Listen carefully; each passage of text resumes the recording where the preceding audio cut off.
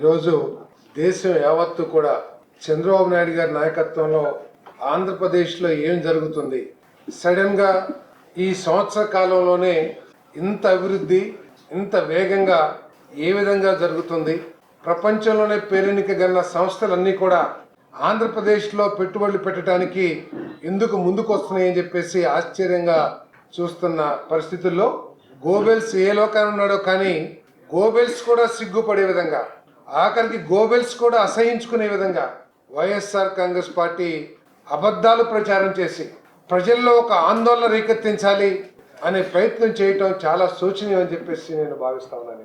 గత 5 సంవత్సరాల్లో చేసిన మేళ్లు రాష్ట్రానికి ఏమీ లేకపోవడంతో ఓడిపోయినప్పటి నుంచి కూడా ప్రజల్లో అభద్రతా భావాన్ని పెంపొందించి కానివ్వండి, వర్గ వైషమ్యాలు రెచ్చగొట్టి కానివ్వండి, గంజాయి సేవించే వాళ్ళని ఎంకరేజ్ చేయడం ద్వారా కానివ్వండి, ప్రజల్ని భయభ్రాంతులు చేయడం ద్వారా కానివ్వండి, రాజకీయ లబ్ధి పొందాలని చెప్పేసి వైఎస్ఆర్ కాంగ్రెస్ పార్టీ చూస్తూ ఉందని చెప్పేసి మనం చేస్తాను.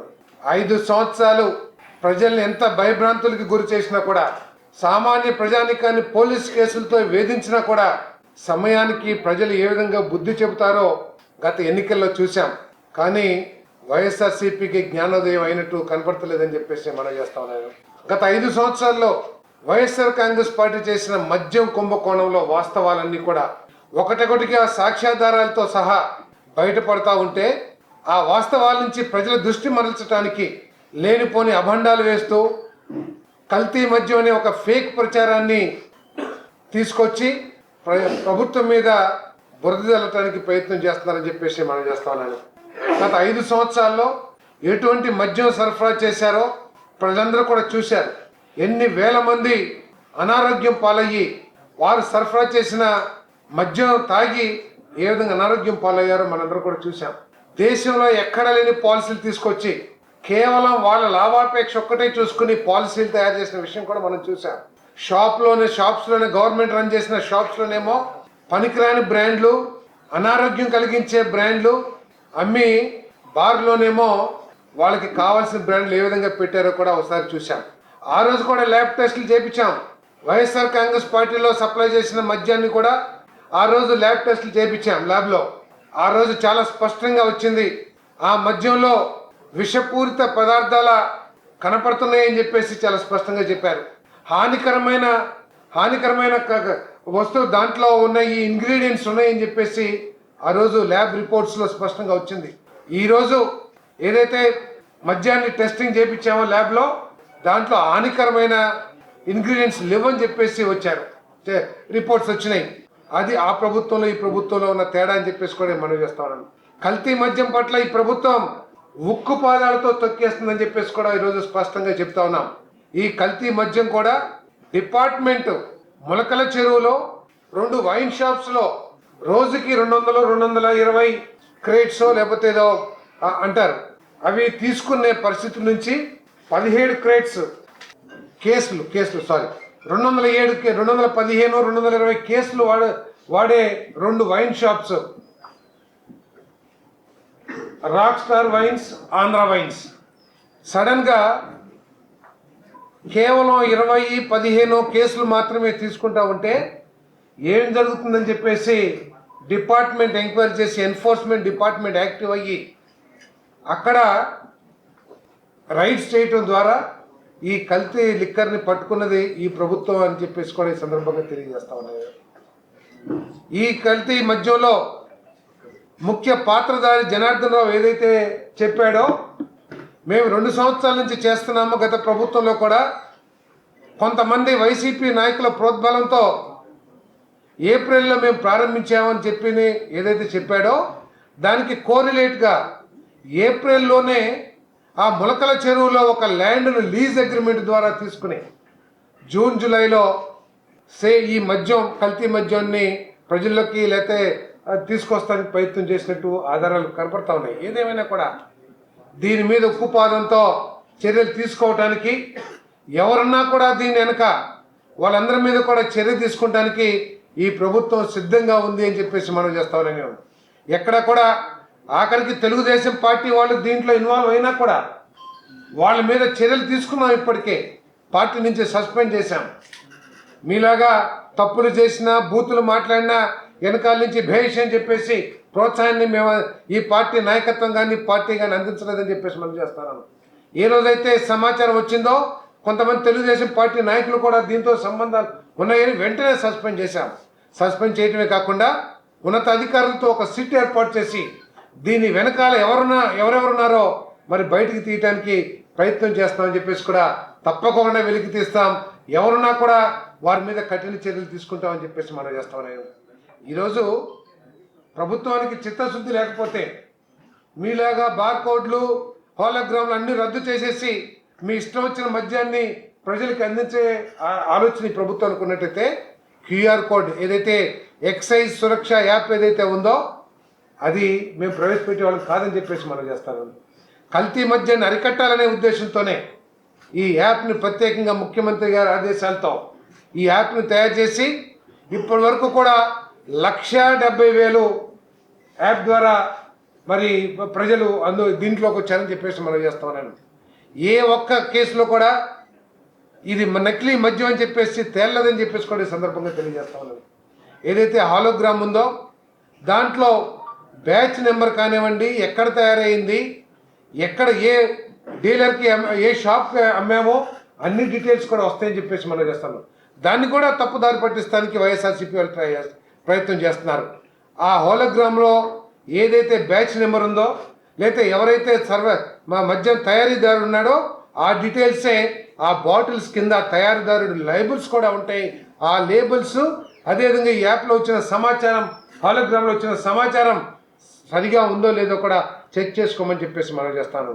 నిజంగా మీరు చేసే ప్రచారంలో నిజం ఉంటే, వాస్తవం ఉంటే మీ కార్యకర్తలు కానీ మీ నాయకులు కానీ ప్రతి షాప్కి ప్రతి బార్కి కూడా వెళ్ళి ఈ యాప్ని ఉపయోగించుకొని ఇది ఏమిటో తెలుసుకోవాలని చెప్పేసి కూడా నేను మనం చేస్తాను. ఇది నకిలీదా లేకపోతే కరెక్ట్ మద్యం చేస్తున్నారా, సప్లై చేస్తున్నారా తెలుసుకోమని చెప్పేసి నేను తెలియజేస్తాను. నేను ఈరోజు ఆఖరికి స్కూటీల్లో డోర్ డెలివరీ చేసిన వైఎస్ఆర్ కాంగ్రెస్ పార్టీ ఈరోజు ఏదో బెల్ట్ షాపుల గురించి ఏదో ఆ ప్రభుత్వంలో ఉన్నప్పుడు ఎటువంటి గ్రామాల్లో లిక్కర్ అమ్మనట్టు కేవలం ప్రభుత్వం రన్ చేసిన షాపుల్లోనే అమ్మినట్లు ఈరోజైతే నేతి బీరకాయలు అంటే నీతులు చెప్తా ఉంది.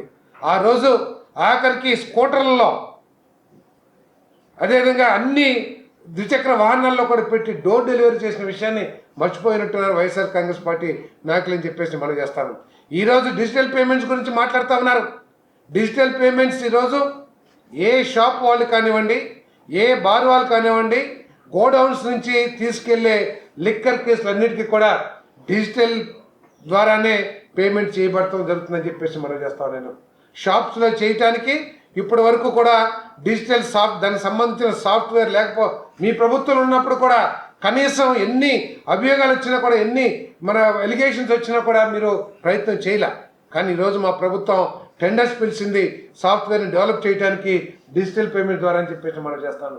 దాని ద్వారా ఆ టెండర్స్ సాఫ్ట్వేర్ వచ్చిన తర్వాత 100% డిజిటల్ పేమెంట్స్ కానివ్వండి, లేదు ఎవరైనా సరే లబ్ధిదారుడు ఎవరైతే ముందు కొనుక్కుంటారో వాళ్ళు క్యాష్ ద్వారా కానీ చెల్లించే అవకాశం ఉంటుందని చెప్పేసి ఈ సందర్భంగా తెలియజేస్తా ఉన్నాను. 75%, 25% డిజిటల్ పేమెంట్ జరుగుతున్నాయి. 75% ఎక్కడికి వెళ్ళిపోతున్నాయని చెప్తున్నారు. ఈరోజు ప్రైవేటు వాళ్ళ ద్వారా షాపులు నిర్వహించబడతా ఉన్నాయి. ప్రభుత్వ అధికారులతో లేదా ఎంఆర్ఓలతో మేము మద్యం అమ్మించట్లా. దీని ఓపెన్ యాక్షన్ ద్వారా మేము ఈ షాపులన్నిటి కూడా ప్రైవేటు వ్యాపారస్తులకి అప్పచెప్పాం. అంతేకాకుండా 10% బీసీలకు కూడా రిజర్వేషన్ చేసి ఇచ్చాం. దాంట్లో మన దగ్గర ఏదైతే మద్యం కొన్నారో ప్రభుత్వం నుంచి ఆ మద్యానికి డిజిటల్ పేమెంట్స్ ద్వారానే చెల్లింపులు కూడా చేస్తారని చెప్పేసి నేను ఈ సందర్భంగా తెలియజేస్తాను. అదేవిధంగా ఏదో 99 రూపాయల లిక్కర్ని ఆపేశారని చెప్తున్నారు. రమ్మంటున్నాను నేను.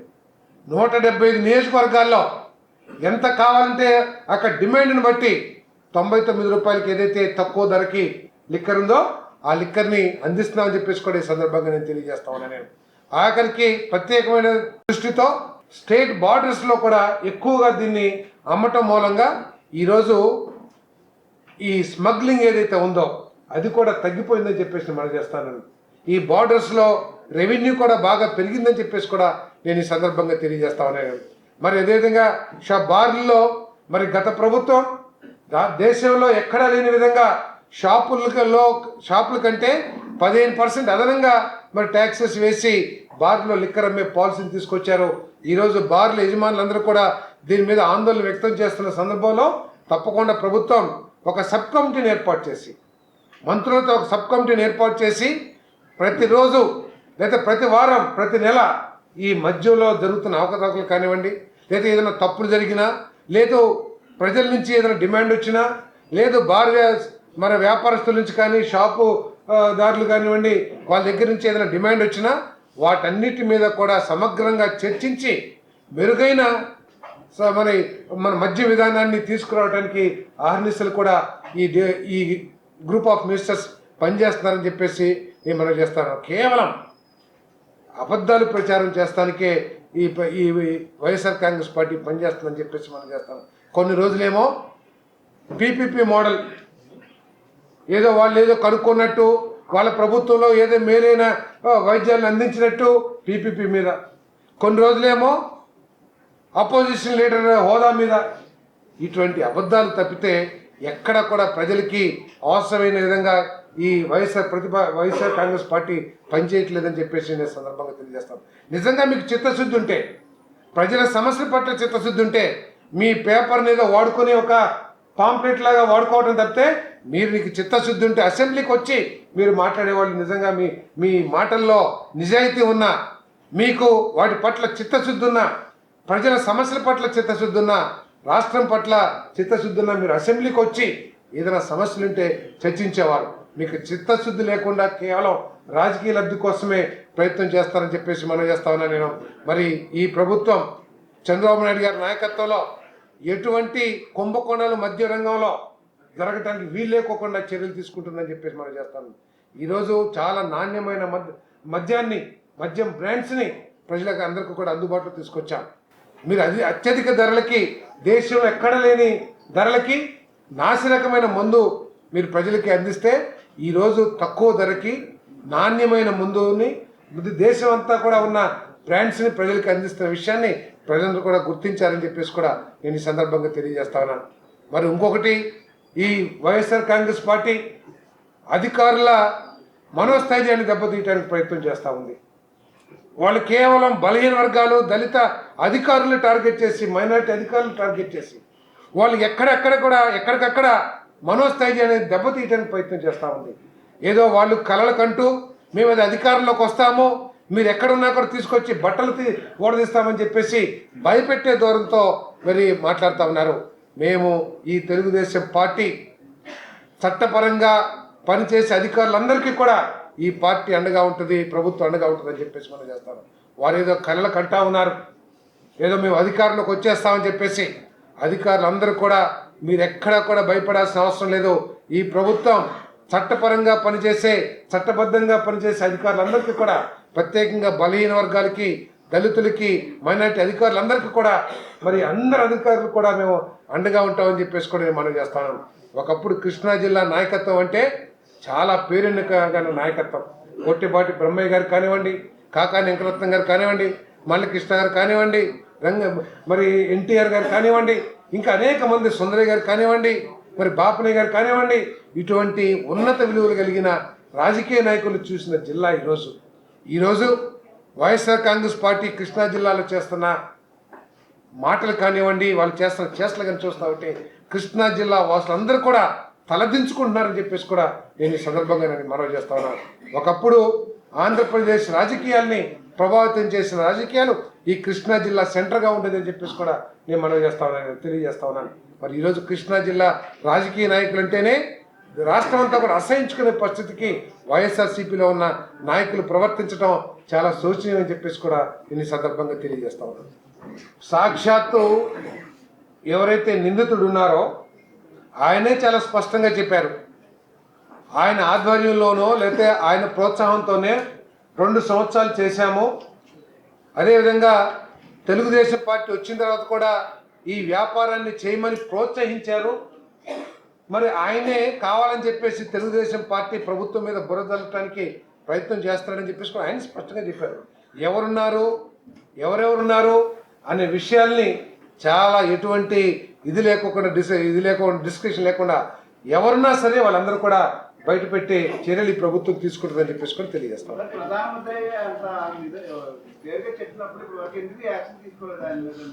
దీని మీద సిట్ ఏర్పాటు చేశాం. తప్పకోకుండా సిట్లో త్వరలో రిపోర్ట్ ఇస్తారు. సిట్ రిపోర్ట్కి ఆధారంగా ఎవరున్నా సరే వారి మీద కఠినమైన చర్యలు చట్టపరంగా తీసుకుంటామని చెప్పేసి కూడా తెలియజేస్తారు.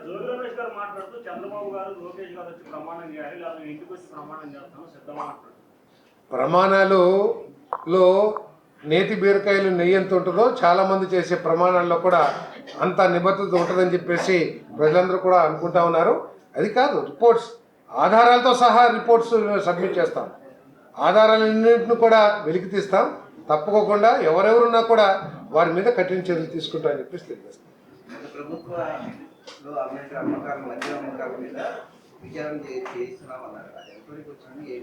అది ఇప్పటికే మీరు మనందరం కూడా చూస్తా ఉన్నాం.